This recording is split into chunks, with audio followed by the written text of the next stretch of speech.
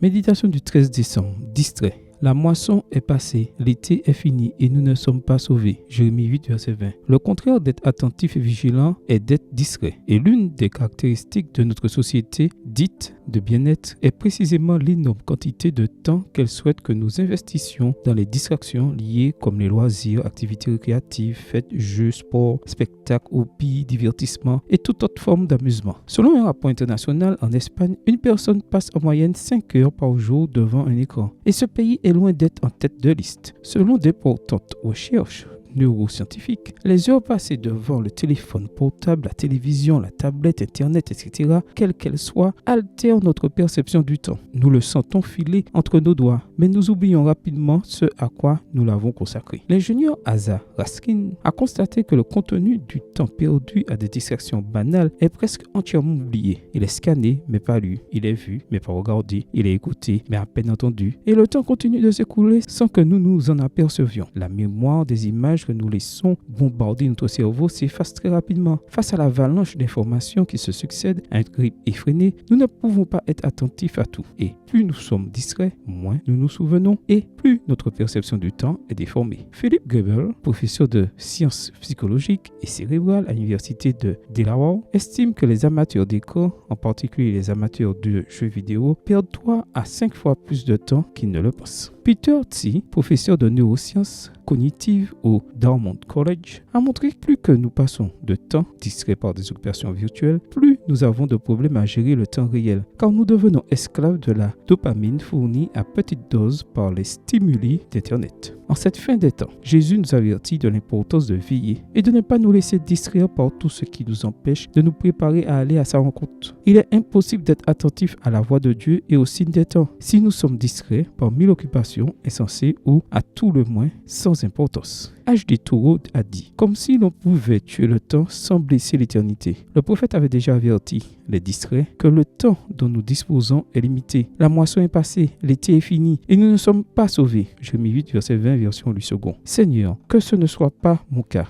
Garde-moi attentif à ta voix. Amen. Bonne journée à vous et que le Seigneur vous bénisse.